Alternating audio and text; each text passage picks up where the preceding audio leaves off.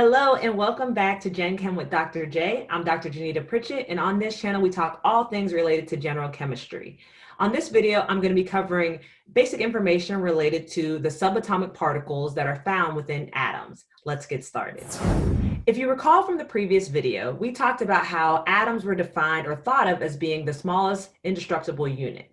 And so while scientists were sure that matter was composed of atoms, what they found out in later experiments that actually atoms are composed of even smaller materials known as subatomic particles. Now, there are a lot of different scientists that contributed to what we know about these subatomic particles. In the late 1800s, physicist J.J. Thomson performed an experiment using a cathode rays where they actually emitted negatively charged electrodes to examine and find that there was this negative stream of particles that existed. Now, these particles had very distinct properties. They were able to travel in straight lines. It was independent on the composition of the material that we were exposing to this cathode array, and they, of course, carried this negative charge. From this information, the discovery of the electron was born.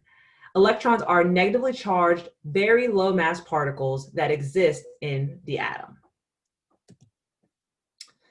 Further theories and further studies examined and found out there are actually additional subatomic particles that are present. Most of the atom's mass and all of its positive charge are contained in a small core called the nucleus. And so remember, we talked about electrons, they're very, very low mass. And so their mass is almost so small that they really don't contribute to the overall mass of the atom. Now, this central core, this nucleus, this is where all the mass was being found. And although there is all the mass in this one centralized area, most of the volume of the atom is actually filled with empty space throughout this tiny negatively charged electrons that are being dispersed throughout. There are as many negative charged electrons outside the nucleus as there are positively charged particles in the nucleus. And so the atom overall remains electrically neutral. Now, remember, we said inside that core, the nucleus, that's where the majority of the mass is. And so the protons themselves were not accounting for all the mass that was being seen. Further experiments later revealed that there is an additional mass particle that is found within the nucleus, which is a neutral species known as the neutron.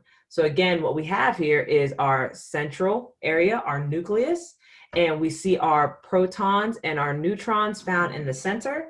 And then those electrons fill out a large amount of space surrounding that nucleus core.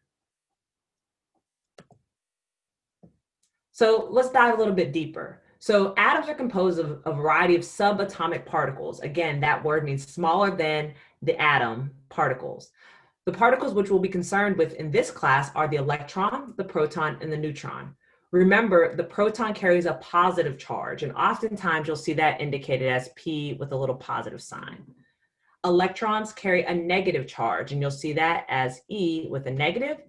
And then your neutrons, those are neutral, and those are given the symbol N with a 0 sign at the top.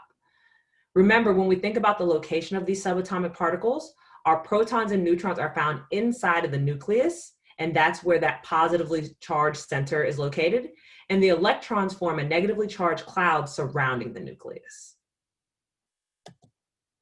Now, if we put that all together, this is where the image of the classic atom comes from.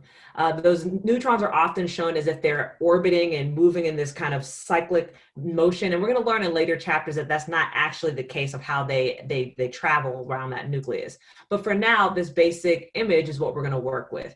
Again, inside of our nucleus, that's where our protons and our neutrons are. That's where the bulk of our mass of the atoms are coming from. Outside of the nucleus, that's where we have these negative electrons that are orbiting and filling up most of the space. And just remember again, those electrons are very, very low mass. They don't contribute to the overall mass of the atom. Now, there are a few things that we can garnish from understanding where the protons are located, how many are there, and tying that to what we see on our periodic table. On the periodic table, you'll often see two numbers found within the box for every chemical symbol. There is a number that is a whole number, and then a number that has a series of decimal points that follow it. The atomic number, which is the whole number in those periodic table boxes, that is equal to the number of protons that are found in the nucleus. And that's really important because that's actually how we're going to be able to identify what atom that we're talking about.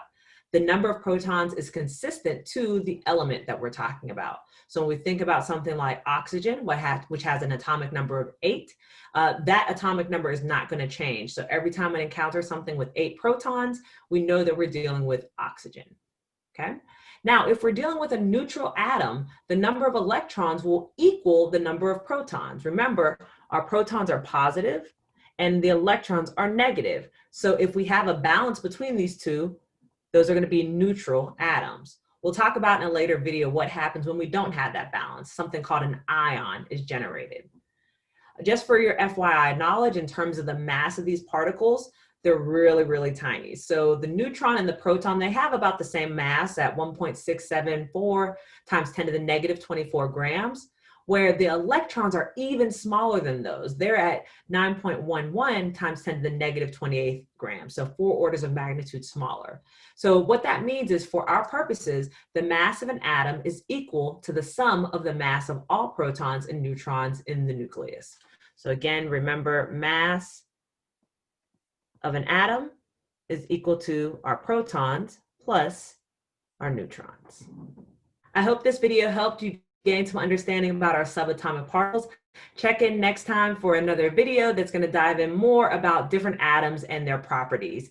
Again, be sure you like, subscribe, and comment below for any additional material you'd like to see. Have a great day. Bye-bye.